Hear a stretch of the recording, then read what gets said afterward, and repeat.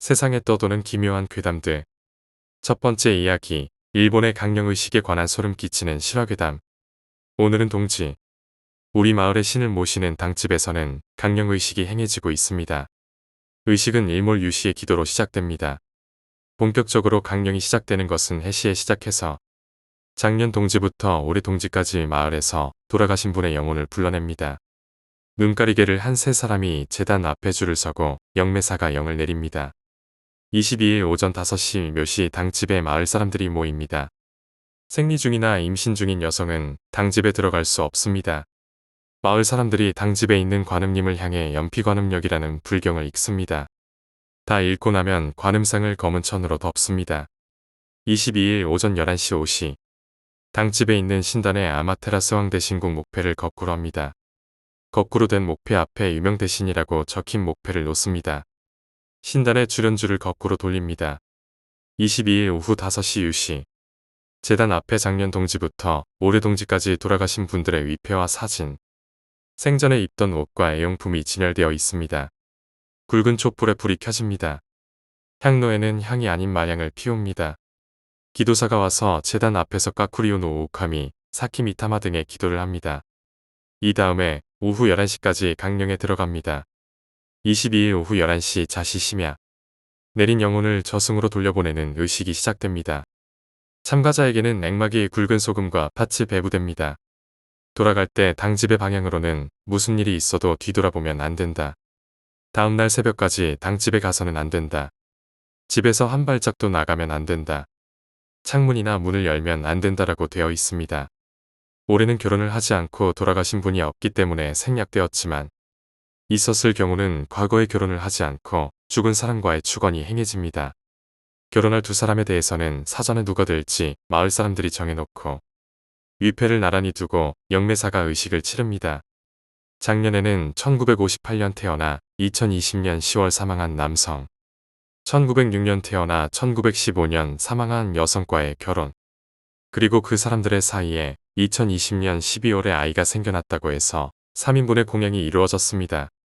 중혼은 할 수 없기 때문에 미혼인 채로 있는 사망자를 오래된 기록이나 낡은 호적에서 찾아내 현대에 그치지 않고 1900년대 초반이나 그 이전의 사망자를 결혼 상대로 이용합니다. 의식을 하면 결혼한 것이 되고 여성 사망자는 임신, 출산한 것으로 간주됩니다. 위패가 놓인 제단 앞에 영이 내리는 토대가 되는 세 사람에게 영매사가 기도 후 머리띠로 눈을 가린다. 이들은 제단에서 영매사에게 유도돼 다다미가 뒤집혀 있는 곳에 정좌에 앉는다. 영매사는 거기에 결계를 친다. 결계 주위를 참가자들이 에워싸듯 쌓는다. 영매사가 불경이나 주문 같은 것을 외우며 돌아다닌다. 흰 옷을 입은 세 사람이 갑자기 옆으로 쓰러지거나 절규하거나 부르짖거나 무언가를 말하게 되면 영매사는 주문을 끊는다. 누구의 영이 내렸는지 영매사가 흰옷 세 사람 각각에 물으며 돌아다닌다. 특정할 수 있을 경우 유족과 대화를 하게 한다. 죽은 사람 본인밖에 모르는 것을 질문하게 하고 정확하게 대답할 수 있는지를 확인하는데 대개는 죽은 사람 본인의 말투나 몸짓까지 된다고 한다. 그것이 끝나면 영매사가 영을 올리기 주문을 외운다. 영혼을 올리다에 실패해 그대로 정신에 이상이 생긴 사람이 과거에 몇 명인가 나왔기 때문에 신중해야 한다. 영매사는 제단에 놓인 물을 양동이에서 나무 국자로 퍼내어 물을 흰 옷 세 사람에게 뿌리며 돈다. 그리고 참가자들이 사키미타마를 외치며 제단이 아닌 신단이 있는 쪽으로 향해 4차례 손뼉을 친다. 흰 옷을 입은 세 사람에게서 가림막이 제거되고 영매사에 의해 제단 앞으로 유도가 이루어진다. 흰색 옷을 입은 3명은 평상복으로 갈아입고 다른 참석자들 사이로 들어간다.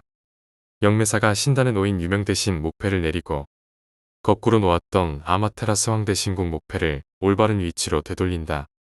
역방향 주련줄도 정방향으로 되돌린다. 제단에 차려진 위패와 영정은 유족에게 돌려준다. 그리고 제단에 차려진 굵은 소금, 팥, 사케, 물을 소분해서 참석자들에게 나눠준다. 사케와 물은 음용이나 정화에 사용, 굵은 소금과 팥은 액마기로 각각 이용된다. 그 후 검은 천이 걸린 관음상에서 천이 제거된다. 강령을 하면 악령까지 무더기로 불러들여 아침이 되도록 당집 밖은 악령 투성이인 모양이다. 따라서 돌아갈 때 당집을 한 발짝이라도 나온 뒤에는 당집을 돌아보거나 되돌아가서는 안 된다고 되어 있다. 뒤돌아보면 악령에 사로잡힌다고 해서 실제로 과거에 정신이상이나 자살, 급사가 있었다. 뒤돌아봤을 때는 소금이나 파틀당의 방향을 노리고 뒤로 던지도록 영매사로부터 지도를 받는다. 귀가 후에는 집 창문이나 문, 셔터를 닫고 큰 구멍이나 통풍구도 닫고 동이 트기 전까지는 어떤 이유에서든 열어서는 안 된다. 외출도 해서는 안 된다. 열면 밖에 있는 악령에게 사로잡히거나 집안에 침입해 귀신의 집이 된다고 한다. 역사는 의외로 얕아서 메이지 때부터 행해진 것 같다. 향토사의 정통한 분에 의하면 번정시대에 그 기록은 보이지 않고 메이지 중반부터 행해졌다는 전문만 있다고 한다. 수엄도, 유신도 동지에 얽힌 민간 신앙의 가세에 이즈모대사의 신앙이 더해진 것은 아닐까? 이렇게 알려져 있지만 상세한 것은 불명. 올해 강령은 3명 중 1명뿐인 것으로 알려졌다. 지난해 2명, 재작년 1명, 그 전인 2018년 0명. 매년 다른 사람들이 입을 맞추고 연기한다고는 생각되지 않을 정도의 이야기 내용이다. 하지만 내리는 영을 잘못됐는지 일본어를 전혀 하지 않는 외국어를 하는 외국인의 영이 내려온 적도 옛날에 있었던 것 같다. 그러나 이렇게 관찰하다 보면 어쩐지 기분이 나빠진다. 동짓날 밤 저희 마을에서 돌아가신 분들의 영혼을 불러 유족이나 친족과 이야기를 나누게 하는 의식이 있는 것에 대해서 투고합니다. 올해는 3명에게 영매사가 영을 내렸지만 강령에 걸리는 시간은 2시간 정도였고 곧바로 저승에서 내려오지는 않았어요. 올해 의식에서 내려온 사람은 3명 중 2명으로 1명에게는 내려오지 않았습니다. 영혼 중 1명은 초봄 아직 잔설이 남아있을 무렵 방풍님 소나무 아래 목을 매 숨진 80대 할아버지, 다른 1명은 재작년에 뇌경색으로 쓰러져 병원으로 옮겨진 뒤 누워 지내며 오랫동안 시설에 들어가 있다가 올가을 돌아가신 70대 할머니였습니다. 영매사가 영을 내려준 60대 여성 쪽으로 내려왔습니다. 성별은 상관없더군요. 80대 할아버지는 여성의 입을 빌려 목소리는 다르지만 생전 말투로 유족이나 참석자들과 이야기를 나누었습니다. 이야기를 정리하면 할아버지 자살의 원인은 병고와 빈곤, 세상 포기였습니다. 남에게 폐를 끼치면서까지 살고 싶지 않다고 방풍림에 들어가 목을 메었다고 합니다. 죽을 때는 목을 매는 한순간만 고통스러웠다가 그 후 눈앞이 캄캄해져 편안해지고 정신을 차려보니 어두운 터널 속을 출구를 향해 기어가듯 걷고 불빛이 보이는 출구를 향해 걸으면 낭떠러지 절벽이 되어 아무도 없다고 합니다. 그곳에는 다른 곳으로 건너갈 다리도 아무것도 없이 일대를 영원히 빙빙 돌고 있다고 합니다. 모습이나 형태가 없는 정체불명의 존재로 앞으로 6년은 이 상태가 계속되어 세상으로 돌아갈 수 없고 저승에도 갈 수 없고 그 후 다시 세상에 태어나게 될 것이라고 선고받았다고 합니다. 영매사가 영을 내린 60대 남성 쪽으로 내려왔습니다. 유족에 따르면 완전히 생전에 어머니와 마찬가지로 본인밖에 모르는 것을 이야기했다고 합니다. 할머니의 영혼은 뇌경색으로 쓰러져 의식불명이 되는 순간 영혼이 몸에서 빠져나와 일본이나 세계 여러 곳을 날아다니며 살아있는 사람에게 홀리기도 했다고 합니다. 또 살아있는 사람에게 홀리는 것은 사람이나 사람과 같은 영뿐이며 동물에게는 동물의 영만 홀리고 동물의 영은 사람에게 홀리지 않는 것을 알 수 있었다고도 했습니다. 다만 동물의 영혼이 사람에게 영향을 주는 방법이 있는 것 같다고 합니다. 내려온 할머니의 영은 병원에서 사망하는 순간에만 자신이 병실 침대에 누워 있었던 기억이 있고 뇌경색이 일어났다는 것도 알 수 없었다고 합니다. 사망하는 순간 젊은 시절의 어머니와 남자인지 여자인지 알 수 없는 예쁜 사람이 나와서 그대로 병실 벽에서 파란 하늘 위로 셋이서 순간 이동했고 이후 할머니는 육체를 갖지 않고 영혼 그대로 쾌적한 환경 속에 있는 것 같습니다. 강령은 저승에서 다른 세계의 꿈을 꾸고 있는 이상한 감각으로 생전의 기억이 순간적으로 선명하게 떠오른다고 합니다. 평소에는 이승의 모습은 전혀 모르는 모양입니다. 이 세상의 기억은 저 세상에서는 사라지고 이 세상에서 강령을 하시면 저 세상에서 상세한 기억을 동반한 악몽처럼 떠오르니까 그만두기를 바란다는 것입니다. 유족에게 70대 할머니의 영이 강령에서 중요한 것을 이야기했습니다. 그것에 따르면 불단이나 신단, 신사나 절, 교회 같은 곳에는 나쁜 영혼이 많이 있다는 믿을 수 없는 이야기입니다. 왜 나쁜 영혼이 있는가? 그것은 거기에 인간이나 동물의 상이 있기 때문이고 나쁜 영이라고 하는 것은 상에 달라붙는 성질이 있기 때문이라고 합니다. 나쁜 영혼은 사람이나 동물 모양의 것에만 달라붙는 성질이 있기 때문에 집안에도 두거나 가져서는 안 된다고 했습니다. 뱀의 상은 특히 좋지 않다고 합니다. 할머니의 영은 그 이야기를 신님께 들었다고 합니다. 그리고 진짜 신님은 이 세상에 없다고 이승과 저승 중에서 이승이라는 것이 지옥이라고 얘기합니다.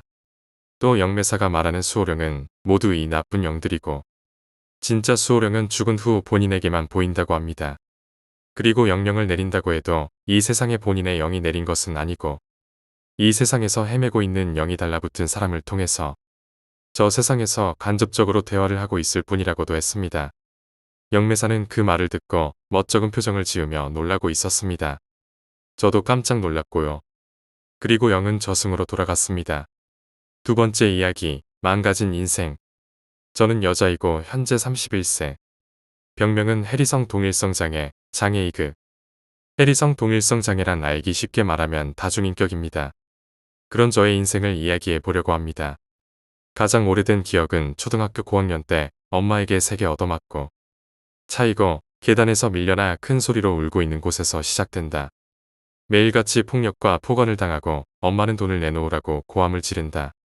처음에는 무슨 말인지 몰랐지만 아무래도 나는 어머니의 돈을 밤마다 훔치고 있었던 것 같다. 1,000원이나 5,000원 정도의 귀여운 금액이 아니라 10만원 단위의 금액을 훔쳐 숨겨두고 있었다. 그러나 내가 기억하는 것은 귀신 같은 형상으로 폭력을 휘두르는 어머니뿐이지 돈을 훔친 기억이나 그 돈을 쓴 기억은 없다. 다음에 눈을 뜨자 나는 중학교 학생회장이 되어 있었다. 영문을 알 수가 없었다. 나는 어느 쪽인가 하면 조용한 편이었고 교실 구석에서 자작 만화를 그리는 듯한 성격이었던 것으로 기억한다.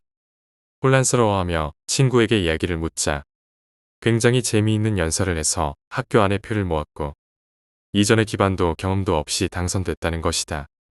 다음에 눈을 뜨니 이번에는 외톨이가 되어 있었다. 친구에게 이야기를 들으니 3개월 정도 학교에 가지 않았다고 한다. 그동안의 기억은 없다. 왜 오지 않았느냐고 선생님이 나무랐지만 아는 게 하나도 없었기 때문에 잠자코 있었다. 다음에 눈을 뜨니 고등학생이 되어 있었다.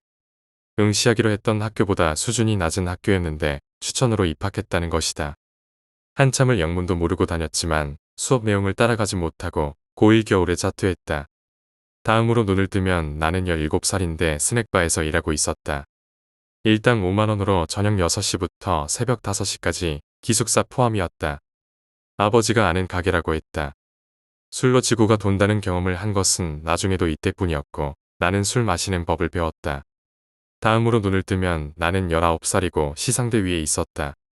그곳은 본사로 나는 파견사원으로 프로바이더 계약에 일을 하고 있었던 것 같다. 담당 구역 획득 건수가 어쩌느냐면서 상장과 금일봉을 받았다. 사는 곳은 스낵바의 기숙사가 아니라 낯선 남자와 단둘이 살고 있었다. 나에게는 어울리지 않는 미남이었고 노래를 잘 불렀고 가수를 꿈꾸며 보컬 스쿨에 다녔다. 나와 카피 밴드를 하고 있었고 나는 거기서 보컬을 하고 있었다. 사람들 앞에 서는 것을 싫어하는 성격이라 가능할 리가 없었다. 겁이 나서 모든 것에서 도망쳤다. 다음으로 눈을 뜨면 나는 20살이었는데 왠지 살던 곳이 아니라 시즈오카현 하마마츠시에 있었다. 20살이었는데 왠지 살던 곳이 아니라 시즈오카현 하마마츠시에 있었다. 월세 50만원짜리 원룸에 살면서 세미더블 이불과 PC가 한 대라는 소박한 생활을 하고 있었다. 물건이 너무 적어서 그런지 방은 쓸데없이 넓었다. 멍하니 있으면 달그락달그락 열쇠 열리는 소리가 난다. 낯선 여자아이가 들어왔다. 빈말로라도 귀엽다고 할 수 없는 그 여자아이는 나를 쳐다보며 밥은? 이렇게 물어왔다. 동거하고 있는가 했더니 그녀는 오사카 사람으로 부모의 학대에 당해서 왠지 내가 숨기고 있었던 것 같다.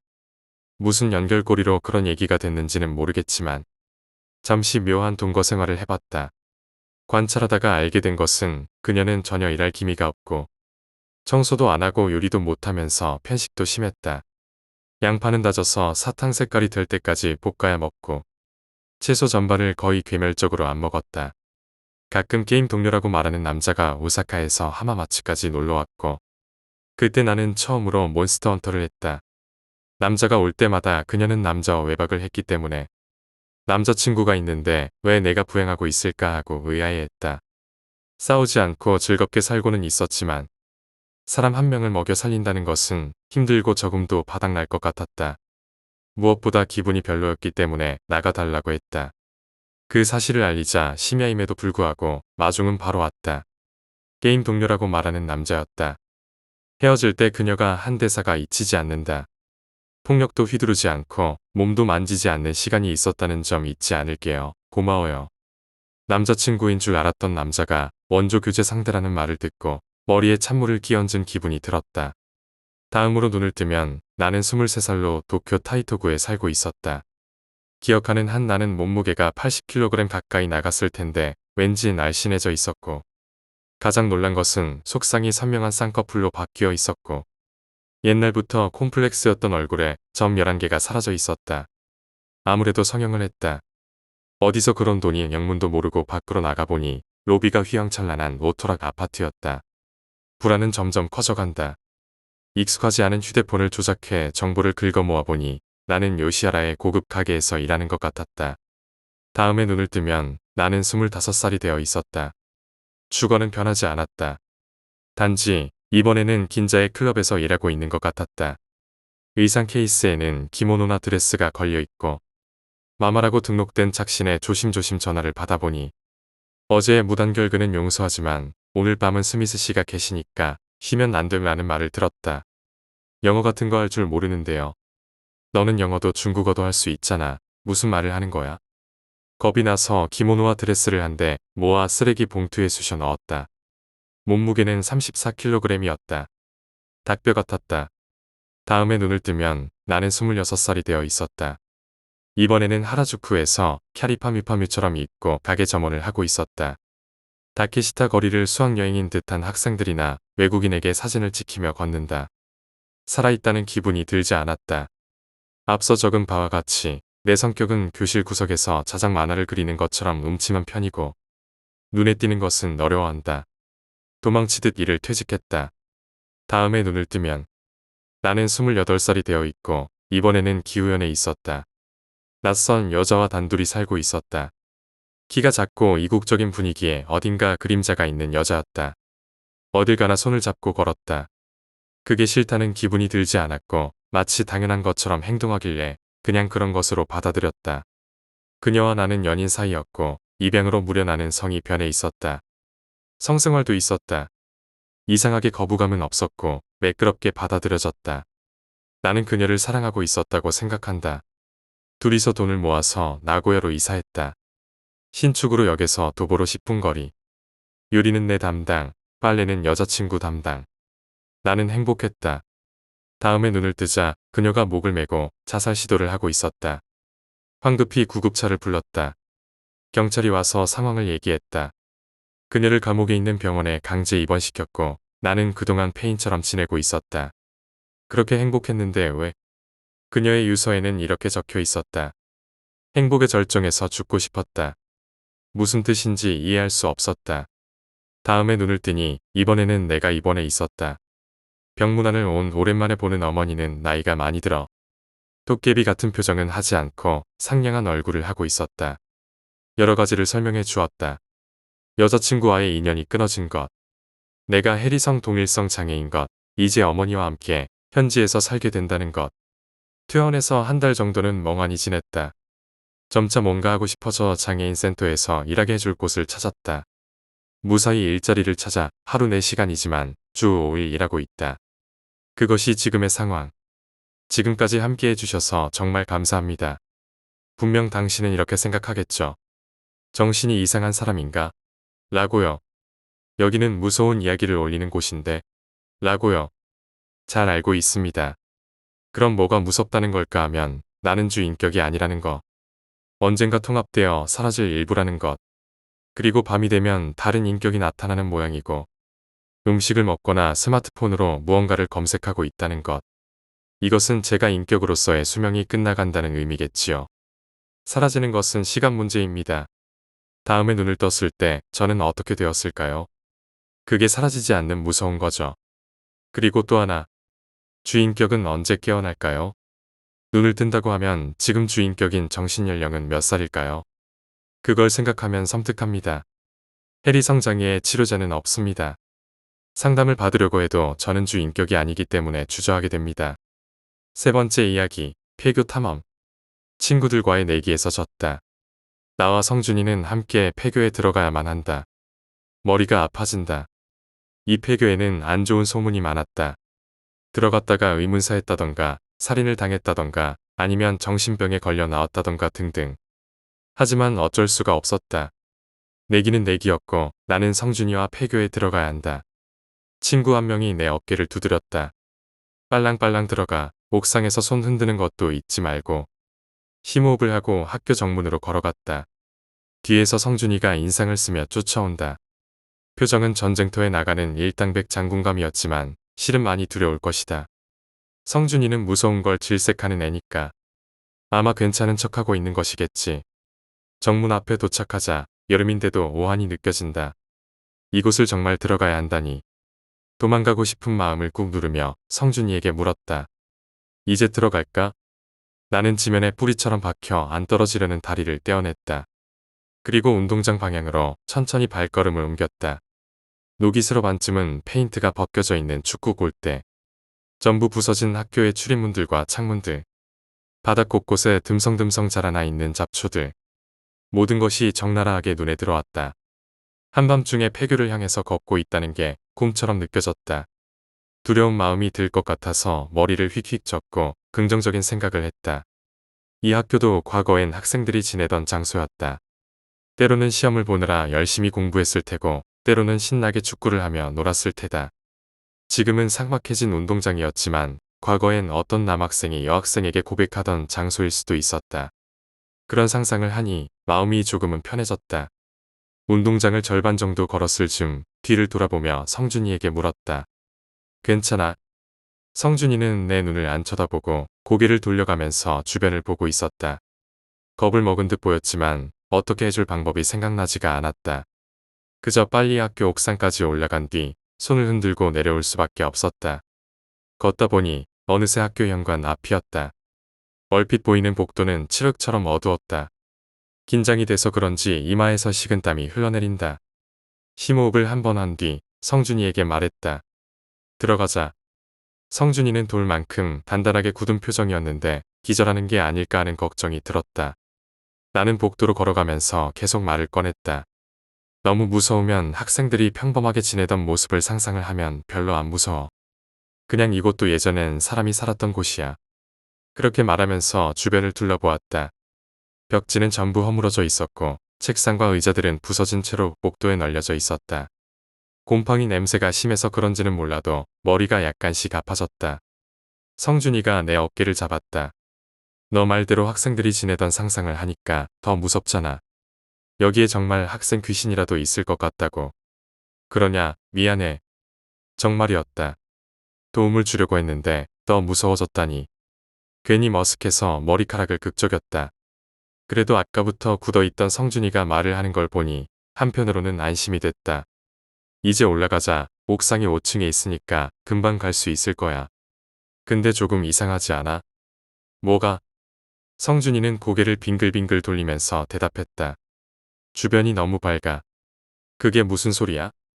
아니, 지금 새벽에 학교를 들어왔는데 여기 너무 밝아 보여. 그냥 눈이 어둠에 적응돼서 잘 보이는 거 아니야? 그런가? 머리를 계속 갸우뚱갸우뚱하는 성준이에게 말했다. 빨리 옥상이나 가자. 천천히 계단을 올라갔다. 계단에는 책상이라든지 의자라든지 콘크리트 조각이라든지 방해물들이 많았는데 우리는 말없이 그것들을 피해서 지나갔다.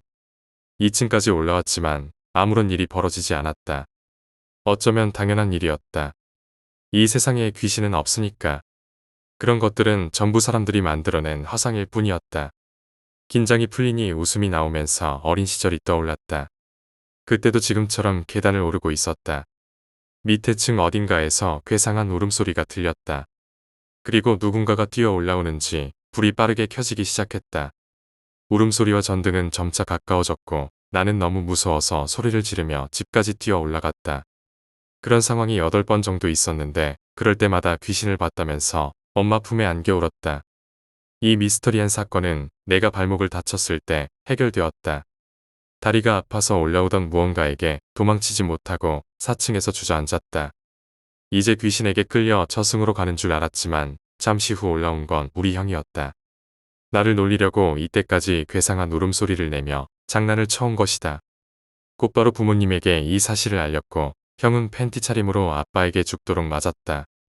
그 뒤로 계단에서 쫓아오는 무언가는 없었다. 한결 가벼워진 마음으로 발을 움직이다 보니 어느새 3층이다. 역시 별거 없네 하고 뒤를 돌아본 순간 화들짝 놀랐다. 성준이가 보이지 않았기 때문이다. 어디로 간 거지? 한동안 기다려 보아도 성준이는 올라오지 않았다. 결국 한층을 내려가자 어둠 속에 서 있는 성준이를 발견할 수 있었다. 거기서 뭐해? 대답이 없었다. 더 큰 목소리로 외쳤다. 뭐 하냐고. 하지만 성준이는 여전히 우두커니 서서 나를 바라만 보고 있었다. 왜 저러는 걸까? 가까이 다가가서 성준이의 팔을 흔들었다. 왜 그래? 성준이는 그제야 정신을 차린 듯 대답했다. 미안, 잠깐 딴 생각했어. 괜찮은 거 맞아? 지금이라도 돌아갈래? 아니야, 올라가자. 근데 무슨 소리 들리지 않냐? 아까는 학교가 밝다고 하더니. 소리라니. 뭐가 들려? 고양이 울음소리. 하나도 안 들리는데. 자세히 들어봐. 뜬금없이 고양이 소리를 들으라고 하니까 당황스러웠지만 한번 집중을 해보았다. 그러자 정말 어떤 울음소리가 들려왔다. 들리긴 하네. 맞지? 이거 고양이 울음소리야. 근데 폐교에 들어와서 뭐하고 있는 것일까? 빨리 올라가기나 하자. 왜 고양이 울음소리를 듣고 있어? 나는 계단을 다시 올라가며 성준이에게 계속 말을 걸었다. 왜인지 그러는 편이 나을 듯 싶었다. 배고프지 않아? 이따가 뭐 먹을래?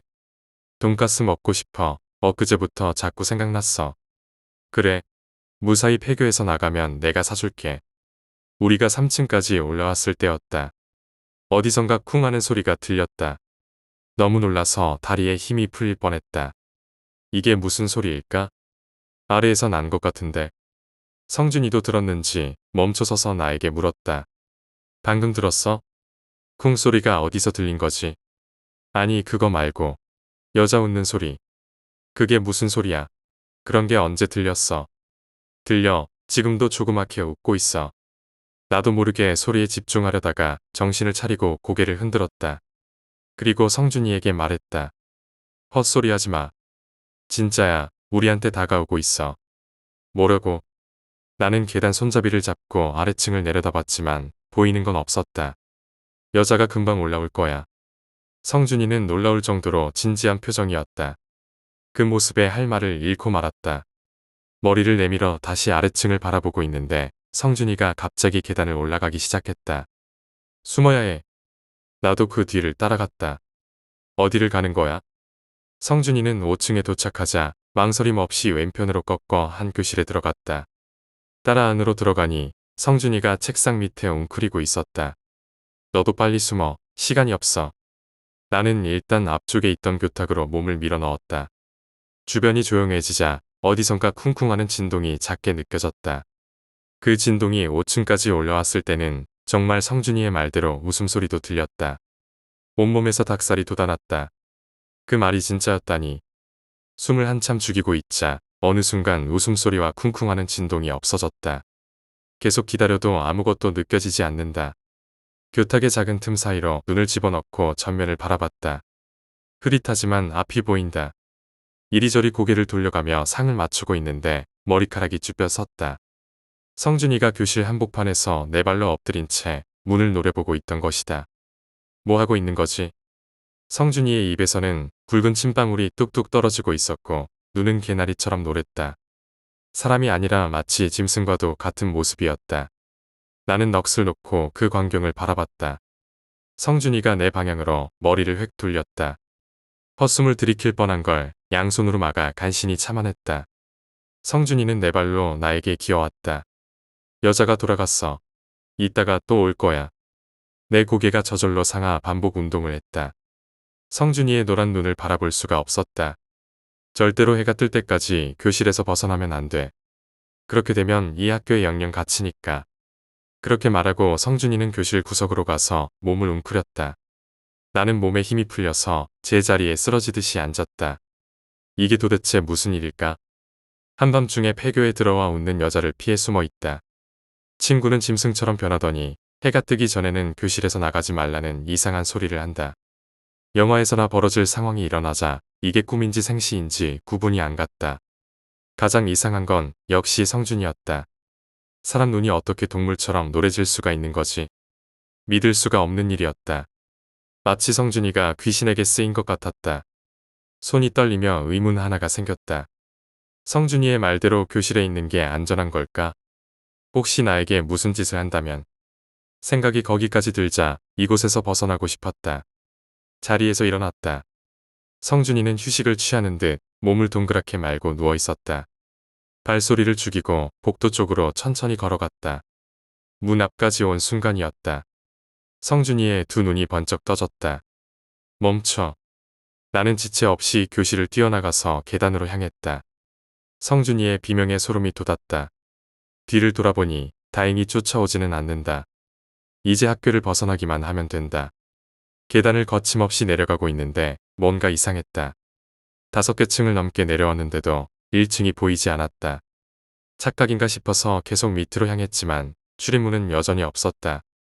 마치 같은 곳을 맴도는 느낌이다. 힘없이 주저앉자 주변이 눈에 들어왔다.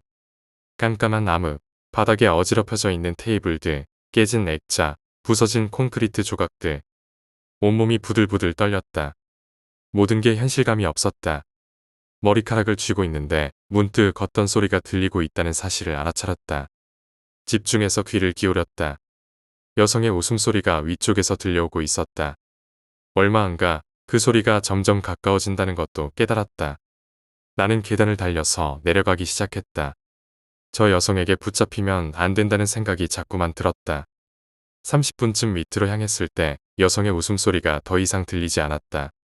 계단에 앉아서 숨을 골랐다. 이런 식으로 도망을 가면 잡히지는 않을 듯하다. 그렇게 소리가 들리면 계단을 내려가고 소리가 멈추면 쉬는 걸 반복했다. 4시간 정도 그러고 있었을까? 어딘가에서 심한 악취가 났다. 냄새가 심해서 콧구멍이 마비되는 느낌이었는데 아래층으로 내려갈수록 심해졌다. 불길한 느낌이 들었지만 그렇다고 위로 올라가 귀신과 마주칠 수는 없었다. 하염없이 아래로 향하고 있을 때 내 몸이 딱딱하게 얼어붙었다. 어떤 사람이 등을 돌린 채 벽 앞에 서 있던 것이다. 머리카락이 땅에 닿을 정도로 길었고 옷은 군데군데가 뜯어져 있었다. 썩은 냄새의 근원은 저 사람이었다. 나는 뒷걸음질을 쳤다. 저 사람을 지나쳐 내려갈 자신이 없었다. 가까이 가면 나를 공격이라도 할 것만 같았다. 어쩔 수 없이 발을 돌려 계단을 올라갔다. 하지만 어떻게 해야 하지? 위에서는 귀신 같은 여성이 웃으면서 내려오고 있고 밑에서는 이상한 사람이 등을 돌린 채 서 있다. 온몸이 사시나무처럼 떨린다. 찰나의 순간에 머리가 아플 정도로 고민하던 나는 올바른 선택이기를 기도하면서 아래로 내려갔다. 얼마 안 가 등을 돌리고 있는 사람이 보인다. 발을 조심히 움직여 사뿐사뿐 계단을 걸어갔다. 그 사람에게 가까이 다다르자 뭐라고 중얼거리는 게 들린다. 여기서 나갈 수가 없어. 여기서 나갈 수가 없어. 숨을 죽이고 지나치려는 순간이었다. 그가 몸을 획 돌리더니 내 팔을 붙잡았다. 힘이 어찌나 센지 움직일 수가 없다. 그는 나이가 까마득하게 든 노인이었는데 이목구비가 모두 뭉그러져 있었다. 정신줄을 놓칠 뻔한 걸 잡아내고 말했다. 저기요. 벗어날 수가 없어. 이 지긋지긋한 학교에서 도저히 벗어날 수가 없어. 혹시 이 사람도 나처럼 이곳에 갇힌 걸까? 용기를 내고 물었다. 여기에서 얼마나 있으셨어요? 40년째 있었어. 이제는 전부 포기했어. 노인은 그렇게 말을 하더니 내 팔을 놓아주고 무언가를 집어던졌다. 주워들어서 살펴보자. 네모난 종이였다. 위에서 쫓아오는 여자는 누구인가요? 도륙하는 귀신. 잡히면 안 돼. 부모님이 보고 싶어. 노인은 무릎을 꿇고 눈물을 흘린다. 넋놓고 그 모습을 보고 있는데 여성의 웃음소리가 들리기 시작했다. 도망가요. 내려가 봤자 소용이 없어. 노인은 고개를 저을 뿐 요지부동이었다. 그만 끝내고 싶어. 어머니 죄송해요. 어느새 여성이 코앞까지 왔다. 나는 노인을 내버려 둔 채 계단을 내려갔다. 쉼없이 10층 정도를 내려오고 나서야 자리에 누웠다. 문득 노인이 버렸던 종이가 내 손에 들려 있다는 사실을 깨달았다. 펼쳐보니 세월 때문에 노랗게 물든 사진이었다. 흐릿해서 피사체가 보이지는 않았지만 왜인지 낯이 익었다. 그때 어디선가 비명이 들려왔다. 아마도 그 노인일 것이다. 한동안 손에 들린 사진을 멍하게 바라보다가 주머니에서 가족 사진을 꺼냈다. 두 사진의 크기와 윤곽이 일치했다. 네 번째 이야기, 어느 회사의 사측. 우리 회사에서 일하게 된 걸 환영합니다. 우리 회사는 별것은 아니지만 지킬 필요가 있는 사측들이 몇 개 있습니다. 이 서류는 사진을 찍어놓든 옮겨 적든해서 기억이 안 날 때 볼 수 있게 하는 것을 추천합니다. 다시 한번 입사를 축하합니다. 탕비실에 들어갈 때는 문을 닫지 말 것. 불이 꺼진 상태에서 들어가지 말 것. 야간 근무자는 9시 이후에는 출입하지 말 것. 필요한 것은 9시 전에 미리 챙겨놓는 것을 추천합니다. 빈 책상 밑은 들여다보지 말 것. 만약 불가피하게 봐야 한다면 핸드폰의 빛을 이용해 보는 것을 추천합니다. 각 층의 모든 회의실의 불은 항상 켜둘 것. 불을 꺼야 하거나 꺼진 상황이라면 문을 밖에서 잠가둘 것. 외부 손님이 왔을 때는 누구를 찾아왔는지만 물어볼 것. 만약 대답하지 않는다면 더 이상 말하지 말고 당신의 직속 상사에게 알리는 것을 추천합니다. 이후에는 상사가 알아서 처리할 것입니다. 야간 근무 도중 컴퓨터가 갑자기 꺼졌다면 이만 퇴근하여 귀가하여도 좋습니다. 다시 전원을 켜지 마시기 바랍니다. 우리 회사 건물의 맞은편에는 사용하지 않는 폐건물이 위치하고 있습니다. 가능하면 그쪽에는 눈길을 주지 마세요. 사원증은 회사원에게 필수품입니다. 바닥에 떨어진 사원증이 있다면 손대지 말고 그 자리에 놔두시기 바랍니다. 주인이 반드시 찾으러 올 겁니다. 산의 엘리베이터를 이용하는 경우 10층 버튼은 누르지 마시기 바랍니다. 10층은 일반 사원들은 갈 일도 없겠지만 기본적으로 임원 외 출입 금지 구역입니다. 3층과 7층의 근무자의 경우 해당 층에는 사용하지 않는 회의실이 존재하고 있습니다. 출입문은 굳게 잠겨 있으나 간혹 열리는 경우가 있으니 출입하지 않도록 주의해 주시기 바랍니다.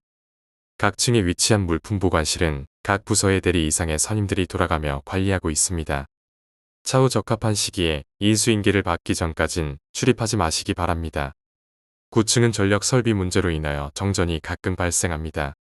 정전이 되었을 때는 위험하니 그 자리에서 하던 일이나 행동을 멈추고 다시 전력이 복구될 때까지 기다리시기 바랍니다. 전력이 복구되는 것은 그리 오래 걸리지 않습니다. 당신이 엘리베이터를 이용하려는 경우 엘리베이터가 10층에서 내려오고 있다면 엘리베이터 문 옆으로 비켜서거나 멀리 떨어지시기 바랍니다. 그 엘리베이터는 층마다 멈춰 섭니다. 10층에는 현재 사용하지 않는 사장실이 위치하고 있습니다. 10층에서 내려오는 엘리베이터에 누가 탑승하고 있는지 불명입니다. 하지만 누군가 탑승하고 있는 것은 확실합니다. 비상구 이용 시 발소리는 들리지 않고 센서 등만이 빠르게 켜지며 당신의 위치에 가까워진다면 즉시 비상구에서 벗어나시기 바랍니다. 우리 회사는 업무도 중요하지만 직원들의 안전과 건강을 중시합니다. 이를 위해선 위의 내용들을 눈여겨볼 필요가 있습니다. 그럼 안전하고 건강한 회사 생활 보내시길 바라겠습니다. 해당 문서는 외부로의 유출을 언급합니다. 유출될 경우 불이익이 가해질 수 있습니다.